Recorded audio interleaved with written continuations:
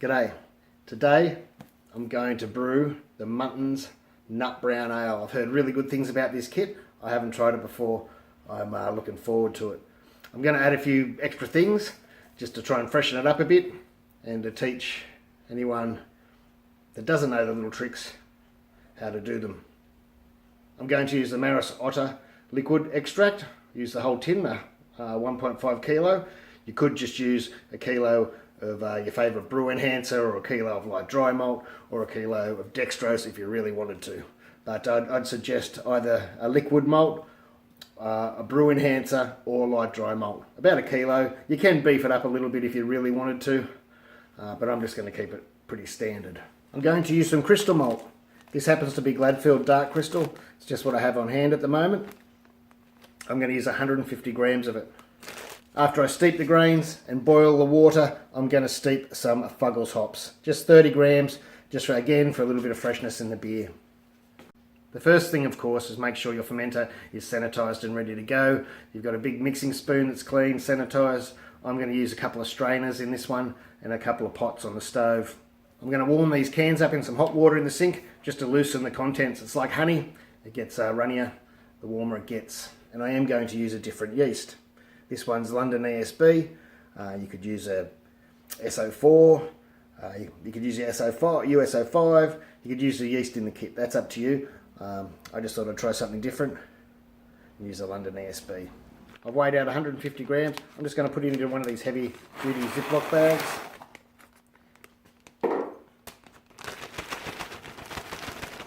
And try and squeeze the air out. Just trying to squeeze most of that air out. Of course, you can get these pre-crushed at the shop, and it's probably a good idea. But if you're stuck, you can use a rolling pin. You can put holes in the bag by doing this. They are a little bit sharp, so just be a little bit careful.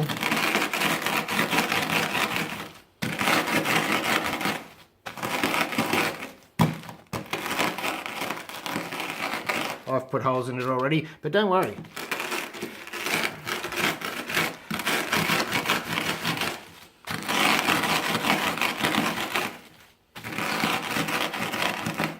You're just trying to crack them open. All the sugars in them have already been caramelised. They're just like little lollies, but we've got to get them out of the husk.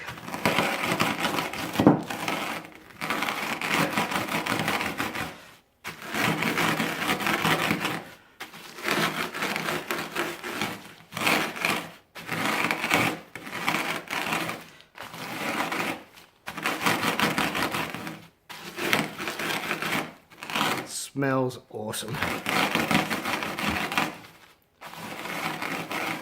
That will probably do. Here's a saucepan. I'm not sure how much it holds, maybe 3 litres. You can probably hear the jug in the background. I'm just bringing up 1.5 litres of water. You could wait till it boiled. It was nearly boiled. 1.5 litres is what most household kettles fit, and it's a good size for 150 grams worth of crystal malt. Actually, maybe that's only about a 2 litre saucepan. There's the grain. Look, you don't have to worry about temperature. You truly don't. We're not mashing this grain, we're steeping it. It happens to be that we're at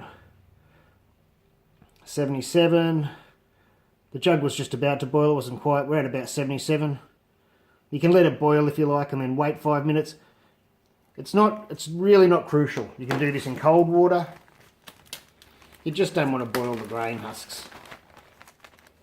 By the time you mix this in, it doesn't really matter the temp. The warm water just helps those sugars dissolve. As I said, we are not mashing. And mashing is like a steep, but it's a more controlled, and you've got to worry about the temperatures. This sort of thing, you don't want to boil it. But you don't have to be in any set temperature, really. You don't have to heat it. To be honest, I'm not even going to put a lid on it. I'm just going to leave it, give it a good stir like this. So that's it, it's mixed in. I'm not even bother going to take the temperature again. It is just not important. I'm going to leave that for about 15-20 minutes. And we'll come back and strain it. Alright, time's up. Look at the colour of that water. Lovely and caramelly. That will do. Here I have a slightly bigger pot. I think they're about 7.6 litres. They're from Big W. They're less than $20. A strainer.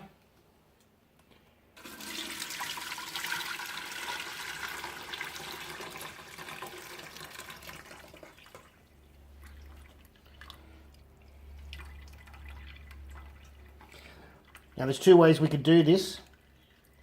We could put all the grain in there and what they call sparge short, rinse the sugars off the grain, or we could leave it in the saucepan and just add some more hot water, which is what I'm going to do. Here's about a litre of hot water, not quite boiling.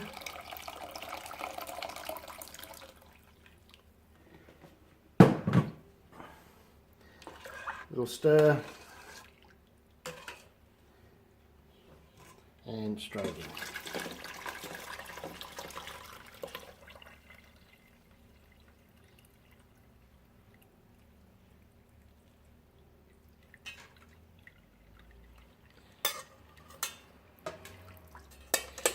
That's your steep done.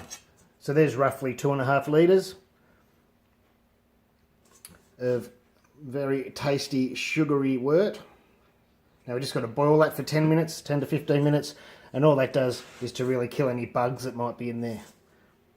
I bought this cheap induction plate several years ago now, and so I could brews like this in the garage, and I haven't even tried it yet.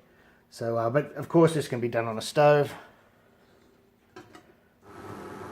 Okay, we've just come to boil now. I might be able to turn it down. As I said, I haven't used this before. All you really need is a gentle simmer. And I'll set my timer. It's got a timer. I think that's 10 minutes.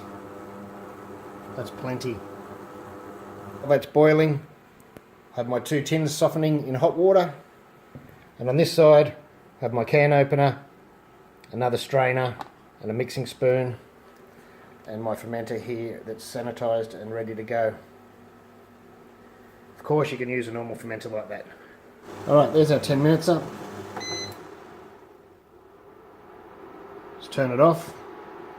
Excuse the fan while it's cooling down, but there's the 30 grams of fuggles. I'm just going to put them in. You could use a bag if you liked, a small bag or something. Give that a stir. Oh good, the fan stopped. Alright, I'm just going to let that sit there 5 to 10 minutes. Don't leave it any longer than that. Don't go like half an hour or something.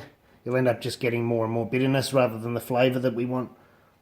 So I'm going to go probably 5 minutes from now. Here's my fermenter. There's some aluminium foil just for safety. Spray some Star Sen on it. Or whatever no rinse sanitizer you use. My lid can sit there and I don't have to worry about it. My sanitised strainer.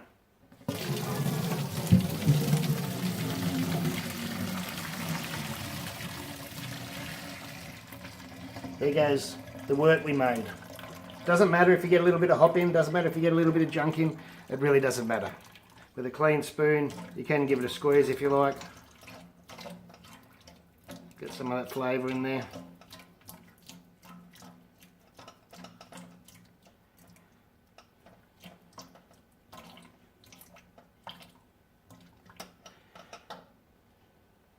Next, we grabbed our pre-warmed cans. Now, sometimes the labels come off and you can rip them off and get them out of the way so you're not dropping paper into your brew.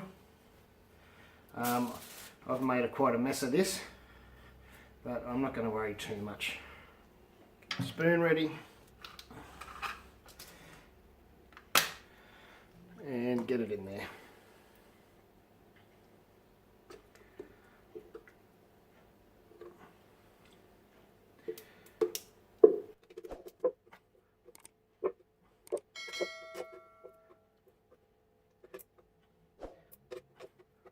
A good thing to do, as I've shown you in other videos, is to get some hot water in your jug and give these a good rinse out.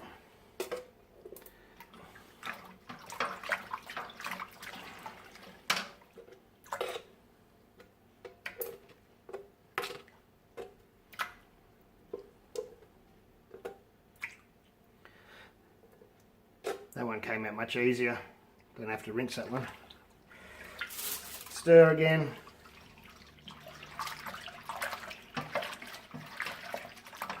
You can see I splashed a little bit of the wort there with the hops on the side.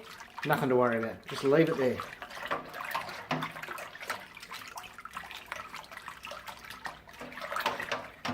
Now I'm just going to add cold water. I'm going to split this between two 9-litre kegs. So if I wasn't going to split it, I'd probably only top it to about 20. But since I am going to split it, I want a little bit to play there, so I'll probably go to 22 litres for this. Just cold water.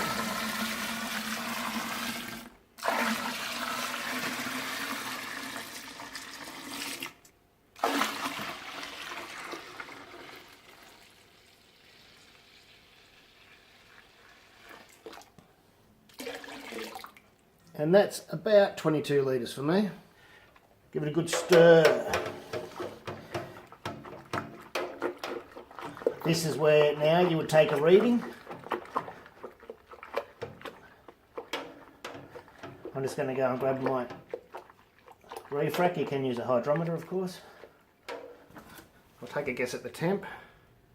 We are sitting at 19 degrees. That's perfect. There's a fluke. That's what I can do in winter with my cold water. In summer I'd have to add refrigerated cold water, as I've described in other videos. Well, it's around 20, it's gone to 20 now. Perfect. Take a quick reading. It's hard sometimes to get a good reading on these extract ones because it's hard to mix them up properly. That doesn't matter, they will still ferment properly. And we're sitting at about nearly 148, 147, 148. 1047, 1048. The good thing about this is since we're at temperature, I can add my yeast straight in. I can get rid of this, I don't need the spoon anymore. Sprinkle my London ESB yeast on.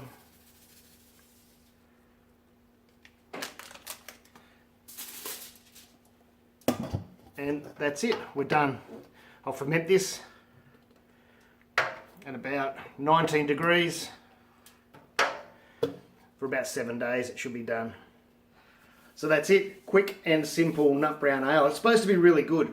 I did want to give it a little bit more flavour with the fuggles and a little bit of extra grain there, but it should come out, if we say 148, we're sort of in between 147, 148, 1047, 1048. We're probably looking at about 4.8%. It could be a little bit higher, could be a little bit lower, depends where it finishes. I'm looking forward to this one. I'll leave the link down below where you can go and have a look at the kit yourself. Cheers.